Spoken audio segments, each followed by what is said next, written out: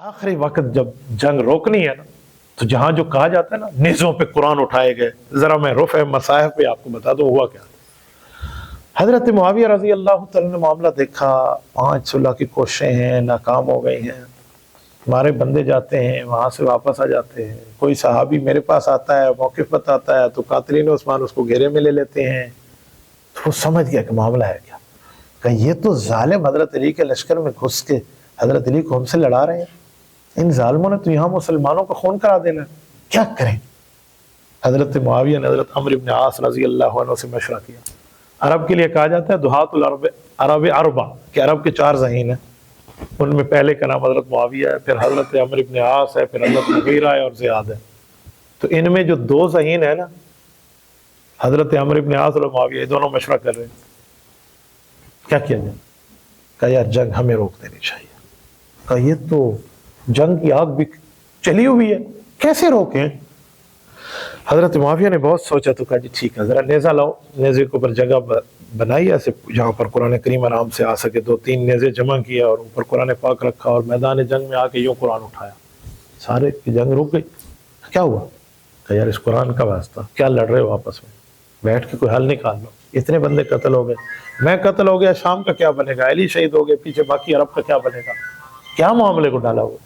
یعنی یہ حضرت معاویہ کا درد دل ہے جو حضرت معاویہ رضی اللہ تعالیٰ عنہ پیش فرما رہے ہیں، اور یہاں اس کو کیا سمجھا جا رہا ہے، یہ تو ان کی ایک چال تھی، انا للہ و انا الیہ راجعون، یہ صحابہ کی چال بنائی ہے ان کے درد دل کو ان ظالموں نے۔ بہرحال جب یہ قرآن پاک اٹھے، اس موقع پہ بلوائی جنگ نہیں روک رہے تھے، حضرت علی المرتضیٰ نے روکی جنگ رک گئی، فیصلہ ہوا تحکیم پہ کہ فیصلہ کریں گے، اس کے لیے پھر لشکر کے بندے دے دیں، کہ جی رمضان گزار دیں پھر فیصلہ کریں گے، آپ کے لشکر کا کون بڑا ہوگا، جی میری طرف سے عمرو بن عاص ہوگا، حضرت معاویہ نے دیا، آپ کا کون ہوگا، جی ہماری طرف سے حضرت علی کی طرف سے ابو موسیٰ عشری رضی اللہ عنہ ہوں گے، اور دومت الجندل میں جمع ہوں گے، فیصلہ کریں گے، جی ٹھیک ہے۔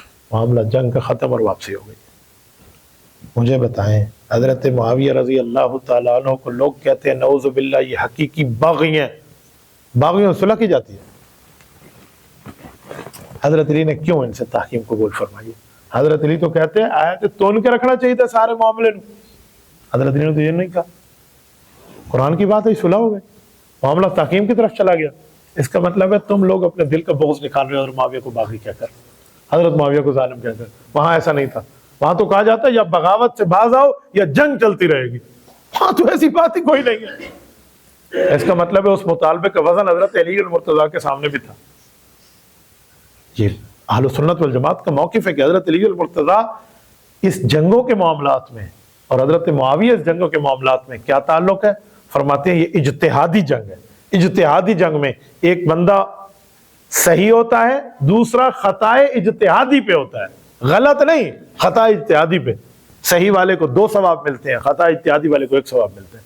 صحیح بخاری میں حدیث ہے، جلد نمبر 2 صفحہ نمبر 1092، ورقے کی دائیں سائڈ، حضرت عمرو بن عاص رضی اللہ عنہ صحابی حضور کی بات نقل فرماتے ہیں، فرمایا اذا حکم الحاکم فاجتہد واصاب لہ اجران وان اخطا لہ اجر، فرمایا مجتہد اجتہاد سے فیصلہ کرے، ٹھیک ہو تو اللہ 2 اجر دیتے ہیں، غلطی ہو تو اللہ 1 اجر دیتے ہیں۔ اہل سنت کا نظریہ ہے کہ حضرت علی المرتضیٰ حق پر ہیں، 2 ثواب والے ہیں، حضرت معاویہ خطائے اجتہادی پر ہے اور 1 ثواب پھر بھی ہے۔ اس کو آپ باغی لے کر جا رہے ہو، اس کو بغاوت فسق اور فاسق ہونا اور اس طرح کی بات ہے، ایسا کچھ بھی نہیں۔ حضرت علی المرتضیٰ رضی اللہ عنہ اس بات کو سمجھتے تھے، تبھی تو تحکیم کی طرف گئے، ورنہ فرماتے تم باغی ہو، تم نعوذ باللہ میرے دشمن ہو تو کہاں جاتے۔ یہ جنگ یوں چلی ہے اور پھر اس کے بعد تحکیم کا معاملہ ہوا۔